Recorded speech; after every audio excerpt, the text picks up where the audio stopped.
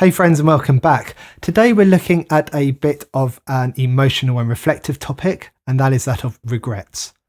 More specifically, we're going to be taking a look at the regrets that some people have had toward the very end of their lives. And this insight comes from Bronnie Ware, who, whilst a palliative care nurse who spent years working with patients who were in their final days, and she would ask them about any regrets that they had or anything they would do differently.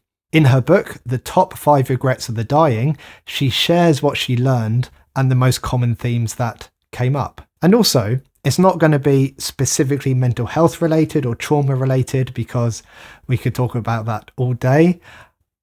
But I think a lot of what comes up is most likely covered in previous videos that I've shared or videos that I have planned that are coming up. So I'm going to discuss this and frame it around Bronnie's findings and her comments, and I'll include some of her quotes, and then maybe add what I think about that. And I'm going to make it clear between what's my opinion and what Bronnie has presented. And I want to keep this video relatively brief, so this is just going to be an overview. I'm sure there is a lot to talk about, a lot to unpick here. So I'll leave a link to Bronnie's book in the description below. So if you want to have a look more into this, then you know where to go. I just want to start by mentioning this quote from Bronnie. Each experienced a variety of emotions as expected: denial, fear, anger, remorse, more denial, and eventually acceptance. Every single patient found their peace before they departed, though. Every one of them. So I just wanted to mention that because we're talking about regrets, that every single person found peace at the end. I think that's really important to acknowledge. So the first and the most common regret is this: I wish I'd had the courage to live a life true to myself, not the life others expected of me. So think about that for a moment. How much of your life is spent doing what you want versus what others expect from you?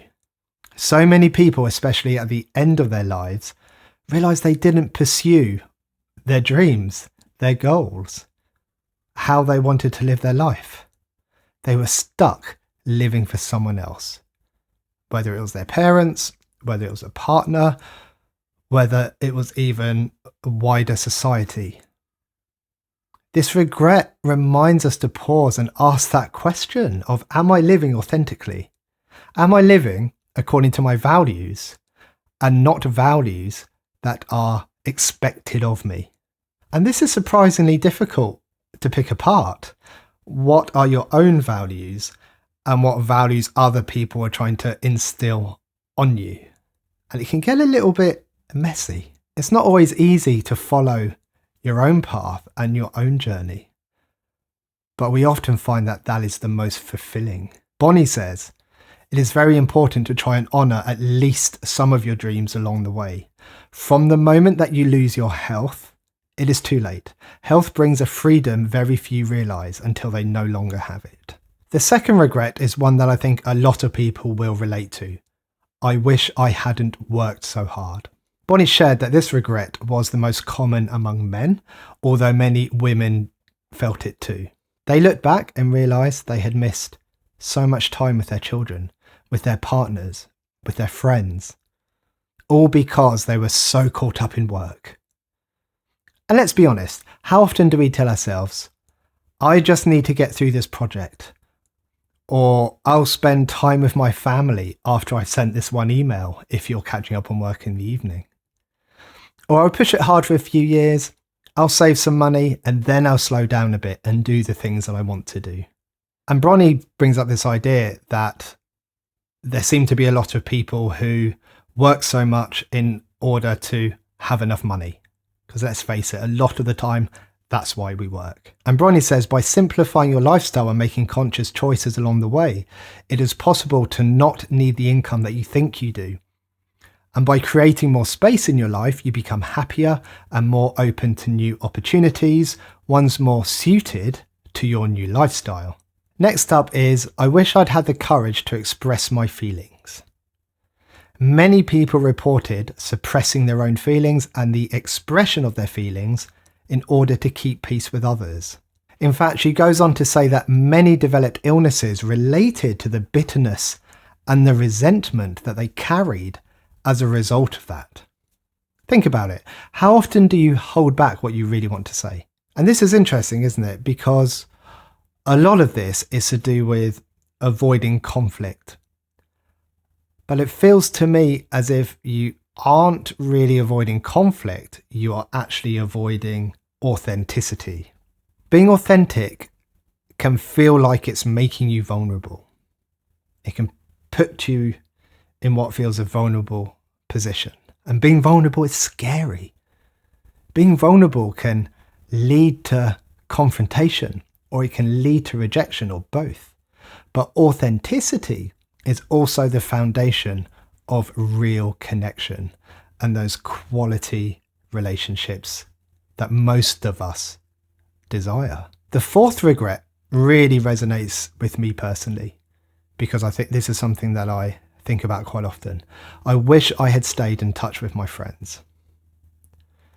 Aside from Bronnie's research, we know that social connection is so important to us.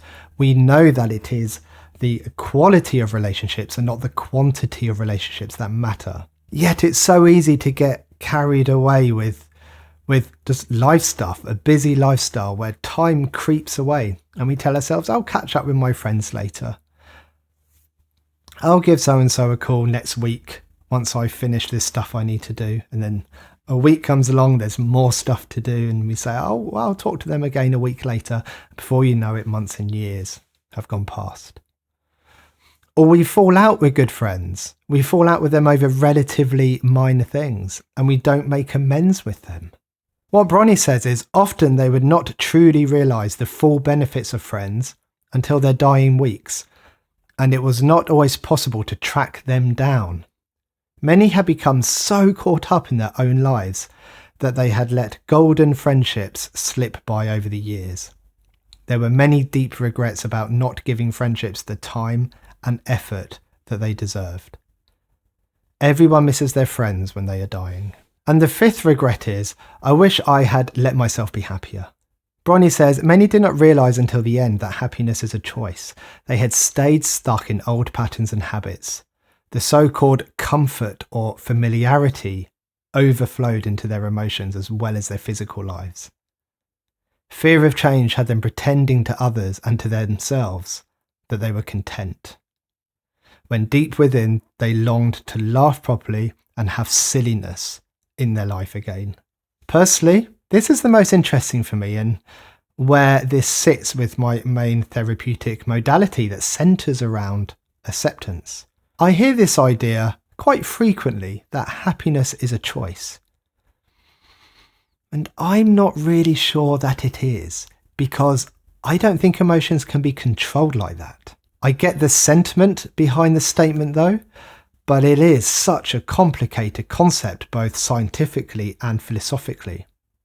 However, delving into the rest of that quote, she talks of people staying stuck in old patterns and habits, and I absolutely agree that many people probably do regret staying stuck and not finding ways to move through that stuckness in some way. And this is probably the one that interests me the most as a therapist, because part of my job when I'm working with someone is to help them recognize patterns that are keeping them stuck. And that also includes avoidance strategies. And avoidance strategies show up in pretty much every problematic presentation, whether that's avoidance of external stimuli, so things outside of us, such as avoiding places, avoiding people, avoiding conversations, or it could be internal stimuli, so avoidance of certain thoughts and certain feelings. Where it may be understandable that you might be having those thoughts and feelings, and there is good reason that you are, they can still keep you stuck. And it's often very difficult to reach out and find help and ask for help to get you unstuck, or even finding someone that can help you understand that experience of being stuck. So there we go, 5 regrets of the dying. Do any of these resonate with you? Are there any you think you would add? Are these making you think of any changes you would like to make in your life right now? Let me know what you think. Take care, everyone. Goodbye.